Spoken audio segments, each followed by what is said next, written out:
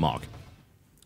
Ladies and gentlemen, my name is TotalBiscuit, and I'm going to bring you a little video here about Dead Rising 3. Now, this is not a WTF is. Why, you might ask? Well, I got my review copy, and yes, I know, I don't do reviews, but that's what they call them. You don't get a first impressions copy, I'm afraid. They haven't quite come up with a category for that yet, but I got it fairly late, reasonably close to the release date, and I haven't put enough hours in to feel confident with my opinion on the game yet. This is often the case with AAA titles, particularly in franchises that I care quite a lot about, like Dead Rising. The original Dead Rising, I think I sunk 200 hours into on the 360. Dead Rising 2 I put a good amount into as well, even soldiering through the Games for Windows Live issues on the PC, but being very glad that it was running at 60 frames per second. And now along comes Dead Rising 3 Apocalypse Edition, which has, unfortunately, had a bit of controversy prior to release for claiming that the game would be locked at 30 FPS, which by default it absolutely is. So this raised a lot of concerns with myself included. We were looking forward to this game, I think a lot of us anyway, who had played previous Dead Risings and were saying, you know, what, it would be great if we had a version on PC that wasn't locked down by Games for Windows Live. This one, of course, is on Steam, so I'm thinking fantastic, sounds like a great idea. Unfortunately, it doesn't look like the port is up to snuff, and we're going to have a look at what the port does right and what the port does wrong. Now, to preface this video, I will say this is mostly about options and performance. This is not going to be talking too much about gameplay, with the exception of where the performance and problems that the port has affect the gameplay directly. If you're looking for a video about the gameplay, I am working on one, but it's not finished yet. I need to play more. I like to spend a good amount of time with the game to get my first impressions, especially when it's a AAA that has an awful lot of systems upon systems that you need to look at. And I don't think I would do everything a good service, either you or the game, if I were to just rush it out right now, so I'm not going to do that. But we will look at the port. Okay, so first things first. You can see that there is mouse control in the menus right here. And that is true in, I believe, most of the menus in the game, actually, but we will have a look at that a little bit later. The options menu is fully mouse supported, which is nice, so there's nothing to really worry about there. We'll start off with audio options. You have separate sliders for sound effects, speech, and background music volume. Not 100% happy with that because it's just 10 different increments that are not even labeled as anything. I mean, it could be an arbitrary scale, it could be percentage-based, we just don't know. And then you've got your subtitles on and off. You can hit escape to go back, and you can click it. Both of those work just fine. You have a lot of language options, as you can see. That may have been a mistake. There we go. We'll turn it back. There we go. This is probably not a particularly good thing to put. It's like, well, if you can't read this, well, yes, obviously.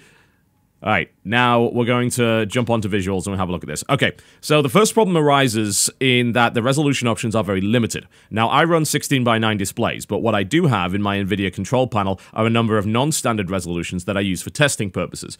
I also use them for things like super sampling, for instance. So if I want to push a game higher, I can super sample by rendering it at a higher resolution, even though my display can't support it. It will still look a bit better, yeah? Now, the options for resolution are very limited, as you can see here. You've got 720p, you have 1600x900 at various refresh rates, and then you've got 1920x1080, and that's it. Now, I did confirm with both Capcom and some people on the Steam forums who've unlocked this game early via using VPN, that this is the case. However, it can be changed in a config file, and I'll put the details to do that in the description below this video. The apparent effect of that is that it messes up the main menu, but the game apparently runs fine. The game was supposedly designed for 16:9 displays, as you can probably imagine. It is a console port, and it was designed to be played on widescreen TVs. But a lack of obvious 16:10 support is not good for a PC version at all, since 16:10 displays are very common. And this, as far as I'm concerned, is not really acceptable. I'm also not really sure why it's going for 99 Hz and 119 Hz. I assume it's more like 99.97 Hz or something along those lines. It is very close. I haven't noticed any obvious tearing resulting from setting it to 119 Hz on my 120 Hz display, but it is a little bit weird. You get your VSync on or off. Usually, of course, you would leave that off for obvious reasons because it does cause input lag. Although if you do have a lot of tearing, which I have not actually experienced, even though it has very variable frame rate, then you may wish to knock this on. Alright, to the graphics options, here we go.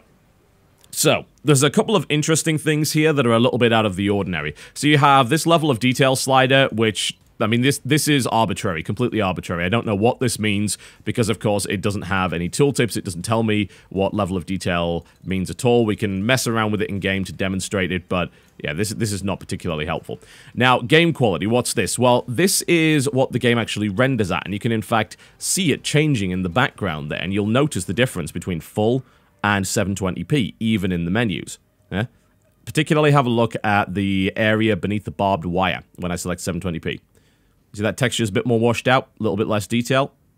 Look at the leaves. Even on a YouTube video, you should be able to see the difference for that, but of course, bear in mind, YouTube videos are inherently artifacted and a bit blurry. You should be able to see the difference in the actual render itself, and you can switch between that very quickly. Now, this also has a significant impact on the frame rate. And what I'm going to do is, once I get into game, I'm going to turn the frame rate counter on for my DxTory recorder, and I'm going to show you that frame rate. Now, DxTory does have a small performance impact. It's around 2 or 3 frames per second. What I'm also going to do is I'll take a short video which will show you the game running without it on and the game running with it on. I'll have to film that with my phone. It's going to look terrible, but that will demonstrate that I'm telling the truth when it comes to the difference between the frame rate with recording software enabled and with recording software disabled. Okay, so that's what that does. Ambient occlusion is available here, and you also have several types of AA, SMAA, T2X, and then you have FXAA, SMAA. There you go. Performance impact difference between the two is fairly minimal. A couple of frames per second when you turn this on. Outside of that, there's little difference between FXAA and SMAA as far as I can tell. Motion blur, I always have this damn thing off. You know, that's just me in a nutshell. I don't like motion blur because motion blur has to be very predictive more often than not in a video game. Excuse me. And that means that it looks very unrealistic. Yeah? When I move around a lot in real life, I don't have motion blur as soon as I move my head. That's not how motion blur works, and as a result, motion blur is often very unrealistic, so I'm not a fan of it. Depth of field, on or off, as you wish. You don't see a huge difference there in the menu screen. Some of the stuff you can definitely notice in the background rendered menu screen, some of it you can't. Okay, on to zombie quality. This actually does have a certain amount of impact on the performance. Then you got things like shadow quality, texture filtering, which goes all the way up to an anisotropic 16 times. There is very little performance difference between regular trilinear and 16 times anisotropic on my system. Bearing in mind I'm running with a single NVIDIA GTX Titan enabled, and a 3930K at stock with 32 gigs of DDR3 213. I think it's 2133? Yeah, something like that. And this is, of course, running off an SSD. Subsurface scattering on or off here, as well as your mirror quality and sky quality. Now, you'll immediately notice the difference in sky quality there. That actually doesn't make a huge amount of difference on the menu screen frame rate-wise, but we'll mess around with these options once we get into the game, and we can have a look at things like frame rates. Okay, let's have a look at the rest of it then, and see what's going on with that. So controls, you can rebind your controls, and you can also mess around with things like the Y-axis. You can invert Y and X-axis for both aim camera and player camera, which is nice. I like to see that being separate there. And you can also customize the direction in which you aim, either the camera or the direction of the player itself, which of course move independently. You have a fairly arbitrary mouse sensitivity slider here that, well, it's got a bunch of blocks. You have no idea what any of this means. It would be nice to see that represented in DPI as opposed to 4 blocks out of 10, which doesn't mean anything. And you can rebind your keyboard controls. You can also set a secondary bind for pretty much everything, and you'll actually notice as well that it describes specifically what everything does in the corner, which is actually very nice, and I generally don't see that. Some of it's a bit unnecessary. It's like move right, move left. Yes, we get that idea, but it is nice to have that information nonetheless. So I've got to actually give them praise for that. That is a level beyond tooltips right there. Outside of that, the controls tend to work fairly well with a keyboard and mouse. I haven't had too many problems with them, outside of something that I'll be talking about once we get into the game, and I'll demonstrate for you. And you can rebind almost everything in the game. The only issue I have with the keyboard controls is actually in the use of E. E as a generic interact button is used to pick things up, but it's also used to do things like get into cars and open doors. So if you happen to have an item that's dropped near a car door, it can get confused as to what you're doing. And this is also true when you have a full inventory. If you interact with something on the ground, it's going to drop your current item in favor of that. And in the middle of a zombie horde, if you drop one of your good weapons, you might not be able to pick it up again without being murdered, because it does take a little bit of time to do that. So I would have preferred to see a separate key for picking up items and interacting with other objects in the world in a way that doesn't put them into your inventory. Outside of that, the controls seem to work pretty well, and it's actually quite surprising as to how well the movement controls work. since you've probably seen a great deal of 3D games whereby with 8 directional controls with WAS and D, it has very stilted movement. This is not the case in Dead Rising 3. The animation quality is actually very good, and it adapts nicely to the fact that you're running on a keyboard and mouse. You can't rebind the controller keys if you wish to use a controller for this, which may be a good idea. Dead Rising does run absolutely fine with a controller. Of course, it did come out on Xbox One originally, and it is a third-person... well, I wouldn't really call it character action necessarily, but it is a third-person game with primary focus on melee attacks. It does have firearms, and you do throw things, but you can run this just fine with a controller if you wish. The problem is you can't rebind any of the controls on the controller, so it's default or nothing. This is the kind of game that is fine with a controller, but is also actually very good with keyboard and mouse, so it really is a case of picking your poison on that one. Alright, okay, so that's pretty much it for the options menu. There are not too many things missing here outside of the glaring omission of a button to unlock the frame rate. So by default, the game runs at 30 frames per second locked. Now, you can unlock this with a very easy tweak to user.ini, and I'll put description below this video to tell you exactly how to do that. That will unlock the frame rate, and you can attempt to attain 60. Now, I say attempt for a very good reason, because in my experience, having tested it on 2 separate rigs, including, of course, my main and most powerful machine, and talking to both Capcom and talking to people on the Steam forums that have got early copies, this game does not perform up to 60 frames per second very well on, as far as I can tell, pretty much anything. So that's the main problem with it, and we're going to go into the game, we're going to have a look at performance, and as I said, I'm going to turn on my frame rate counter. It's going to pop up, I believe, in the top right corner, and I will also give you a comparison to show you the difference between recording software on, recording software off, and we'll look at things like texture quality and talk about the issues that the game has from a performance standpoint. Alright, so welcome to Dead Rising 3. Don't judge me. This is with all of the options turned up to maximum, as I showed you earlier. And you can see the performance in the top right of the screen right there. You will notice that the frame rate is certainly rather variable. Alright. Now, this is with very few zombies on the screen. I'm going to go and find a few more, perhaps. We can shoot our way through a bunch of those. In fact, let's put a vehicle together. Get the game moving a little bit quicker. Let's see what happens here. So, you perhaps don't know, but the game has the ability to combine vehicles together, inexplicably, and you can drive around in them.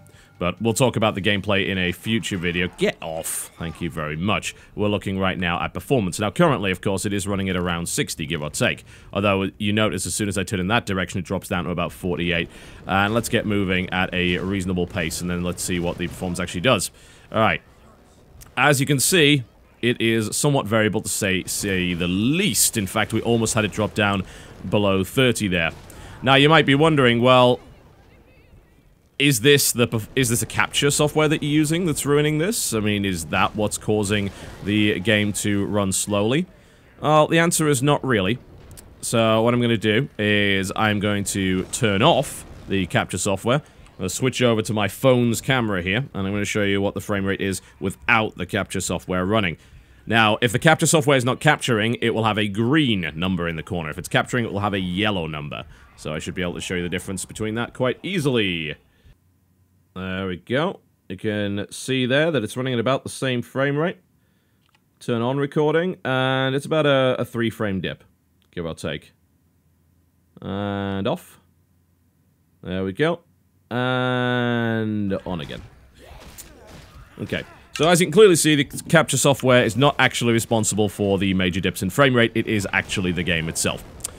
So this is a pretty major problem, and it gets worse depending on where you are in the level. It varies fairly wildly, and when things like explosions are going off, I have had it tank below 30, yeah? Which is pretty much borderline unplayable at that point. I also died, but, you know, I was demonstrating the game to you, that is totally unacceptable. Live fast, die young, and leave a beautiful corpse. So it doesn't run very well, does it? Now, we're going to mess around with a few options and see if we can get it to run any better. Most of the options can be changed without restarting the game. Some of them can't, but the vast majority of them can. And the one that affects the frame rate the most can, which is extremely important. Alright, So this is the area where we got about 48. So let's mess with it. To the options menu we go. Now, the option which makes the most difference in terms of performance is game quality. Now, this will affect at what resolution the game actually renders its assets, although it will keep your monitor resolution the same. So if we drop this down to 720p, you will immediately notice a jump in frame rate and an immediate degradation in quality. This is a similar thing to what the port for Call of Duty Ghosts, and I believe Call of Duty 3 did as well. If you didn't put it on extra, it would actually render assets at 720p. This is the resolution that it was rendered at on the Xbox One. Yeah. So as you can see, at 720p, there is a degradation in visual quality. However, the game is running at above 60 frames per second. Will it stay there? No. As you can see. Getting moving, even at 720p, you will see a drop. It's not as extreme as it was, but there is a drop. It's not going down to 30, but it is varying fairly wildly. Okay, let's have a look at some of the other potential options. Maybe there is a balance that you can find here. So if we go up to 900p, you will immediately notice a 10, well, it's actually just a bit more than 10 frames per second drop.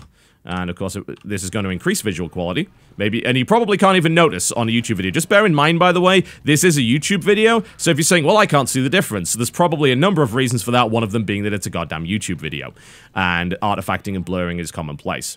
So you'll notice that that's improved the frame rate a little bit, but not a huge amount. Now, if we go back to 1080p, this is the same as full, right? The reason this is the same as full is because it is setting the full render resolution to the native resolution of my monitor, which is 1080p. Now, if you were to run at a higher native resolution, then full is going to have a greater impact on the display quality, and it's going to, accordingly, reduce the frame rate. So you see the difference right here, even when paused, again, about 10 frames per second once again. So if we move around right here, then you'll see it around 40, give or take, drop to about 35. It's kind of all over the place, and with capture off, it's going to be, you know, about 45, maybe drop to just below 40, give or take, in this area. This is not a particularly populous area. There are much larger areas. Indeed, the opening scenes have huge amounts of zombies on the screen, more so than this scene, I have to say.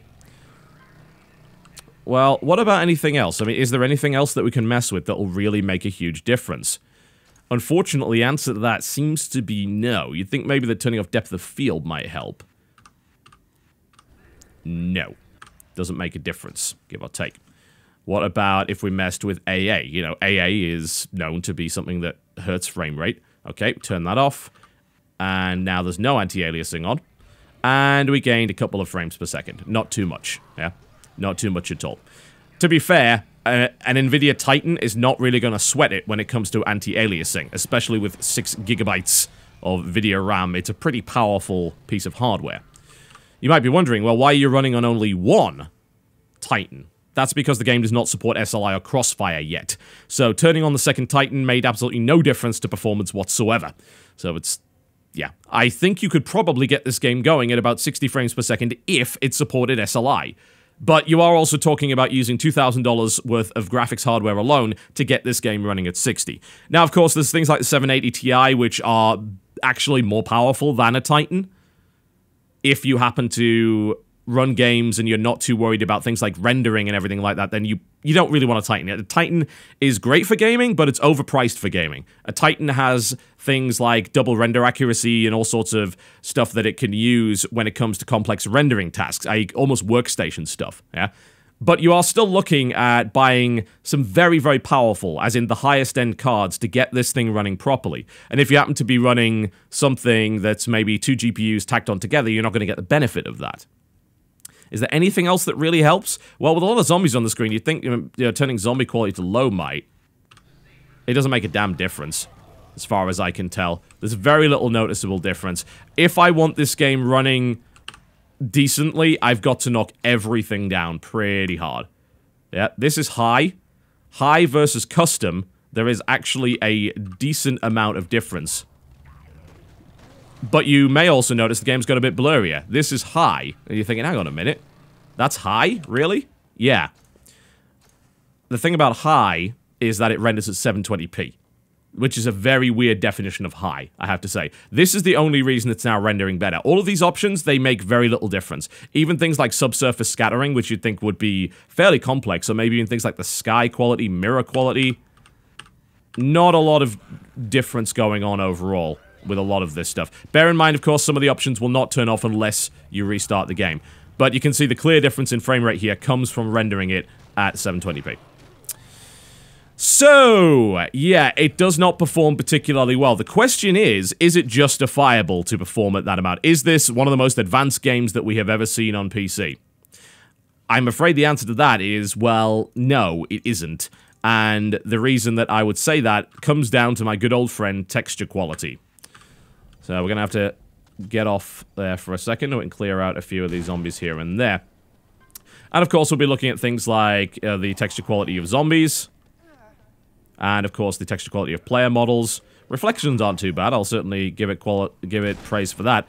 But in things like props in the background, like, say, cars that have been destroyed. Overall, the texture quality on this stuff is not particularly good, as you can probably see. The texture resolution is fairly low. Now, I know a lot of people don't really care too much about texture quality, but I do on the basis of performance. Say, look, you know, if you are not running very high-resolution models, it's quite difficult to justify the performance of a title being poor. Now, in the cutscenes, they actually use higher quality models for the characters, but the character model itself and the models of both the props and the areas around you just aren't particularly good. They're not awful, but they're not good enough to justify the drops in frame rate. That's the important takeaway from that. We can quibble over how there's not enough polygons being used on this goddamn pot or whatever, or how this hamburger looks unrealistic. But the takeaway is that if you are going to create a game that does not run at 60, and in fact has noticeable frame drops pretty much everywhere, you have to have a justification for that. And this game doesn't appear to really have that outside of the fact that there are a lot of zombies on the screen at any given time. Now, you could make that argument, yeah? And that is not a terrible argument to make. There are a lot of zombies being rendered in scenes, and they all sort of have their own individual little aesthetic. Some of them are actually quite well put together, and they're really rather randomized. You don't really see the same zombie twice. And of course, you are potentially dealing with hordes of hundreds of zombies, but even with small numbers of zombies on the screen, the frame rate is dropping. And it's this variable frame rate that makes the game annoying to play, to say the least. It's playable, yes, but with the frame rate being all over the place, unless you're using a G-Sync monitor, which most of you are not, you're probably not going to enjoy the experience. Now, is there anything else that I'd point out about the PC port? Well, there is one thing in particular. And that is mouse acceleration on aiming. A little bit of a hair bug there for whatever reason. Mouse acceleration on aiming. Now, I do need something to throw here. I should be able to find something to throw without too much of a problem, as long as I can make my way through here. Alright, let's... This was not quite what I had in mind. I don't believe... No, there we go. Let's try something like this. There we go. I don't have a gun with me. Okay, so when you go into aim mode with either firearm or thrown item, there is noticeable negative mouse acceleration, meaning that aiming is a lot trickier. Now, a lot of the aiming in this game, especially when throwing items, is fairly imprecise. You don't really need to worry too much about that. However, this is not the case when dealing with firearms, like this one, for instance. The aiming is a complete pain in the arse. It is tricky as a direct result of both the variable frame rate, which makes aiming trickier than it should be, and get off. Quick time event. There we go. Punch him in the face. That's what we like to see. I want to ride around with the sports cars. And the fact that there is negative mouse acceleration. This should not be the case. This should be something that's very easy to patch out. And I hope that they do patch it out, because frankly, there is no excuse for mouse acceleration in PC games. We don't need it. It shouldn't be there. And yet it is.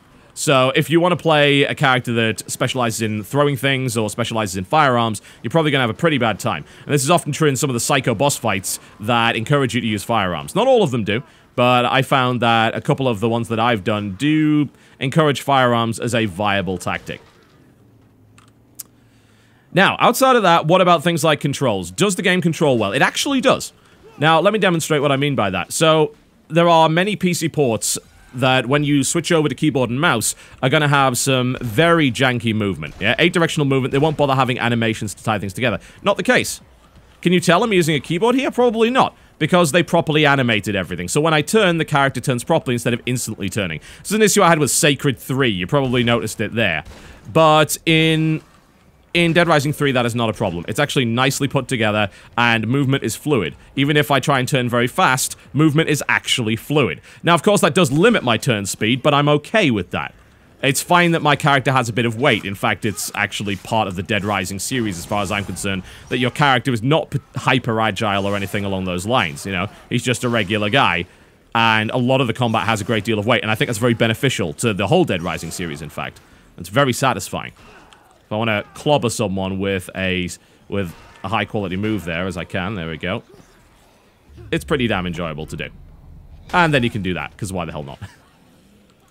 So the controls are actually pretty good. Now, if you want to navigate the menus, that's not too bad either. If I press tab, that'll bring me to the area where all the maps are. Now, I can move around here. You can't scroll this with the mouse wheel, which is a little bit annoying, but I can navigate all of this with the mouse without too much of a problem. It would be nice if I didn't have to click the arrows, if I could just click here. That's a bizarre omission there, but outside of that, you can just click along here, or you can move around with these keys. For some reason, you can't use WASD for that. And you can navigate this menu with the mouse, and it all works pretty damn well. As far as the inventory goes, you can switch between inventory items with the scroll wheel, and it works just fine, or you can use F to bring up the kind of radial wheel thing. Or, of course, you can use hotkeys. So all of this works pretty well. Control-wise, the game actually controls fine outside of the negative mouse acceleration problems. I think that's all the concerns that I've managed to notice thus far. Again, my biggest concern has got to be performance. However, I would like to clarify that Capcom announced quite a while ago that this game would be locked at 30, and that trying to unlock the game would be at your own risk. Now, I'm conflicted on that. For on one side, I appreciate the transparency. This is something that EA did not do with the Need for Speed games. When Need for Speed Rivals came out, I slammed it as being unplayable. Why? Because they never told anyone that it was going to be at 30 FPS, and it just ran locked like that. And if you unlocked the frame rate, the entire game broke. Yeah, the physics engine just went kaput. Now, Capcom did warn people that it might cause physics-based problems if you unlock the frame rate. I actually have not noticed any physics-related problems, although a lot of it could just be due to the wackiness of the Dead Rising physics in the first place. They are a little bit over the top, and deliberately so. I've actually noticed the physics running fine, and overall, unlocking the frame rate has not actually caused me any problems or weird behavior. Not that I've noticed, anyway. I appreciate their transparency and honesty in saying that before the game came out. They said it on multiple occasions, and they even did things like streams and had developer blogs about the issue. I appreciate that. Simultaneously, however, we are still talking about a PC game in 2014, or we're just talking about a video game in 2014. I do not believe that games running at 30 FPS in 2014 on hardware that is obviously capable of more is acceptable at all. I just don't believe it. I'm sorry. And some people are going to be okay with 30 FPS. Now, if you are okay with 30 FPS, then outside of the mouse acceleration issues and a few weird things with the lack of proper resolution options, this game actually runs fine. It will, for the most part, stay at 30. I have very rarely seen it drop below that, a couple of times for a fraction of a second. You will get that 30 frames per second experience, and you'll get it at a higher resolution with greater zombie density and other PC-specific features available to you. So that's kind of the flip side of that, isn't it? That you will be able to get a better experience than the Xbox One. That doesn't take much. The game didn't even run at 30 on the Xbox One. It rendered at 720p, and it dropped below 30 frequently. It does not do that on my system. But bear in mind that it does not mean that a lower-end system is going to be able to run this game at 30 solid with the graphics options turned up. This is a high-demand game. Unfortunately, I don't believe that it's high demand for a good reason. I think it's simply down to poor optimization. So that's kind of the two sides of the debate. A lot of people share my opinion that 30 FPS is not acceptable, and I tend to avoid games that play at 30 frames per second, and if you don't tell me that your game's locked at 30, I will just call you out, and I will say, look, your game is defective by design. That, in 2014, is unacceptable. And it is the mark of a poor console port. There's no real doubt about that. And even in 2014, we still get games that either locked at 30 or recommend you lock it at 30, which is ludicrous. Absolutely ludicrous. Especially when the hardware that we're supposedly competing against on PC is not even the equivalent of an underclocked 480 from 5 years ago. Go and watch the Linus video if you don't believe me on that one.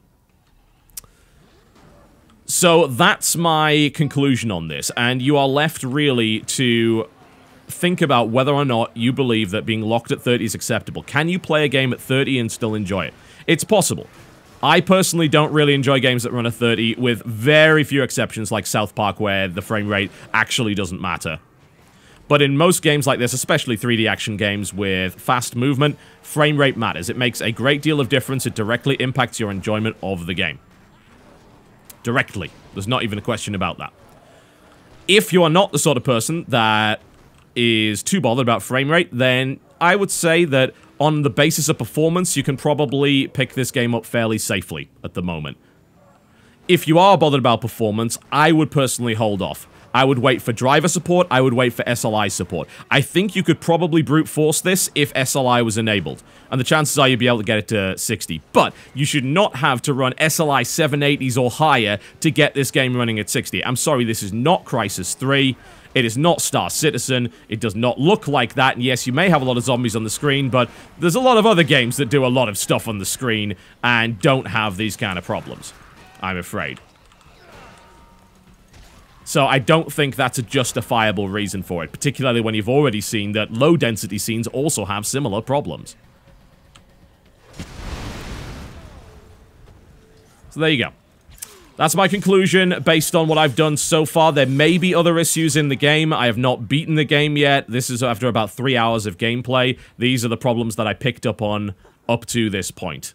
Hopefully this video was useful to you, and I will bring you a full video on the title probably in a couple of days once I've got everything sorted out and once I'm sure that I have a good solid opinion on the gameplay.